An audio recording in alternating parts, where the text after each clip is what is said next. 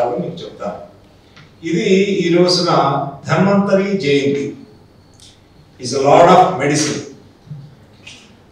మనందరికీ తెలుసు, పూర్వకాలంలో రాక్షసులు దేవతలు కలిపి అమృతం కోసం అని చెప్పి సాగర మథనం చేశారు. మంథర అనే పర్వతాన్ని దానికి చుట్టూ వాసుకి అనేటువంటి నాగపాముని చుట్టి అటు పక్కన రాక్షసులు ఇటు పక్కన దేవతలు కలిసి చర్నింగ్ చేశారు సముద్రాన్ని.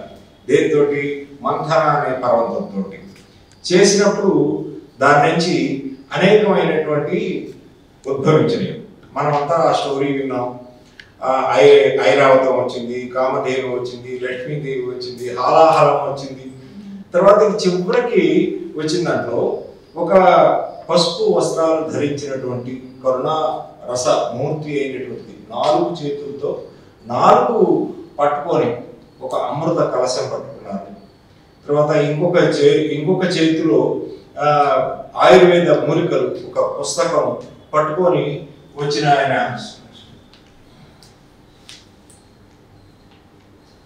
ఈ విష్ణుమూర్తి అవతారం. అప్పుడు దేవతలకి కూడా జబ్బులు వస్తాయి కదా, మామూలు మనుషులకే కాదు దేవతలకు కూడా జబ్బులు వస్తాయి. వాళ్ళకి మానసికమైనటువంటి జబ్బులు వస్తాయి, ఆరోగ్య సమపరమైన జబ్బులు వస్తాయి. వీటిని నయం చేయడానికి కూడా ఒక వైద్యుడు కావాలి. ఆ టైంలో ధన్వంతరి ఆయన ఆది దైవం. నమామి ధన్వంతరి ఆది దైవం అని శ్లోకంలో చదివాం కదా, ఆయన ఆది దైవం.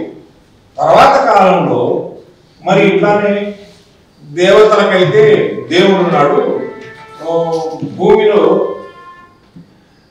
మరి మానవులు ఉన్నారు.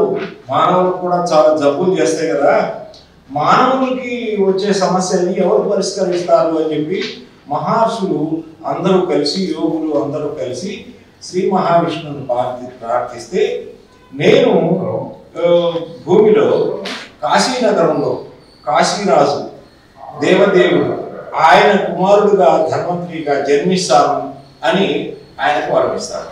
అప్పుడు ఈ ధన్వంతరి ఆయన కాశీరాజు యొక్క కుమారుడిగా జన్మించి అక్కడ ఆయన తపస్సు చేసుకుంటూ ఈ ఆయుర్వేద శాస్త్రాన్ని అంతా ఔపాసన బట్టి ప్రతి దానికి ఆయన జీవకారుణ్యం కలిగినవాడు. ఒక జింక పిల్లకి వ్యాధి సోకితే దెబ్బ తగిలితే నయం చేయడం, అక్కడ అందరికీ నయం చేయడం, అట్లా ఆయన వేదశాస్త్రాల్లో ప్రావీణ్యుడైనటువంటి ఈ ధన్వంతరి తర్వాత ఒక తన శిష్యుడిని తయారు చేసుకున్నాడు.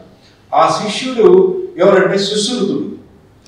తర్వాత మనలో చికిత్సల్లో ఉన్నాం, చాలా రకాల చికిత్సలు, కాయ చికిత్స అని చెప్పి, గంగ చికిత్స అని, శస్త్ర చికిత్స అని, ఇలాంటి రకరకాల చికిత్సలకి ఆయుర్వేదంలో ఎట్లా చేయొచ్చు అనేటువంటిది ఆయనే ధర్మసూత్రాలని, ఆయుర్వేద సూత్రాలని కూడా పెట్టాడు. మనకు తర్వాత కాలంలో చరక సంహిత అనేటువంటిది రాయడం, అనేక మూలికల యొక్క ప్రభావం అనేటువంటిది, వెంట్రుకను కూడా నిలువుగా చీల్చగలిగినటువంటి apparatus ని తయారు చేసి సర్జికల్ గా ఎలా తయారు చేయొచ్చు అనేటువంటి సుశ్రుతుడు డెవలప్ చేశాడు. ఇవన్నీ కూడా మనకి ఇలా ఆ ధన్వంతరి యొక్క ఎప్పుడు అంటే కొంతమంది నార్త్ ధన్తెరాస జరుపుతారు కదా, ఆశ్వీజ మాసంలో బహుళ త్రయోదశి రోజు జరుపుతారు. ఇది మనం కార్తీక మాసంలో బహుళ త్రయోదశి రోజున జరుపుతున్నాం. ఇవాళ ద్వాదశి అంటే త్రయోదశి వస్తున్నది. ఇవాళ ధన్వంతరి, ఇవాళ రేపు కూడా ఉంది ధన్వంతరి జయంతి. ఈ రోజున మనం దేశవ్యాప్తంగా కూడా అది ఆ రోజున ధన్తెరాస అనేటువంటి ధనత్రయోదశి రోజున జరుపుతారు. ఇవాళ రోజున మనం కొన్ని సౌత్ లో కొంతమంది ఇక్కడ ఇట్లా జరుపుతాం. మనం అవకాశంగా ఆరోగ్య భారతి దేశవ్యాప్తంగా ఈ రోజున ఇవాళ రోజున కార్తీక బహుళ త్రయోదశి రోజున మనం జరుపుతున్నాం అన్నమాట. ఈయన అనేక రకాల చికిత్సలు చేసిన తర్వాత ఈ అనేక రకాల చికిత్సలు మనం ఎందుకు ఇవన్నీ తెలుసుకోవాలి, మనం ధన్వంతరి గురించి ఎందుకు ఆలోచించాలి అనేటువంటి ఆరోగ్య భారతి అనేటువంటి ఇట్స్ ఎ హోలిస్టిక్ అప్రోచ్. నా ద్వారానే ప్రపంచంలో అందరికీ వైద్యం సమకూరుతుంది అనేటువంటిది మన భావన కాదు.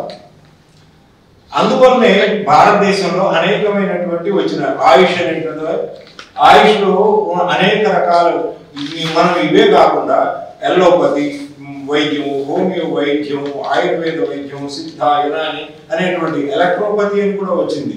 ఇలాంటి వైద్యం ద్వారా కూడా సమిష్టిగా ప్రజలందరికీ నేను ఎలోపతి మెడిసిన్లోనే అంతా వైద్యం ఇస్తాననేటువంటి కాదు, ఇంకా బెటర్ మెడిసిన్ ఆయుర్వేదంలో ఉంది, దాని ద్వారా కూడా మీరు చికిత్స పొందవచ్చు.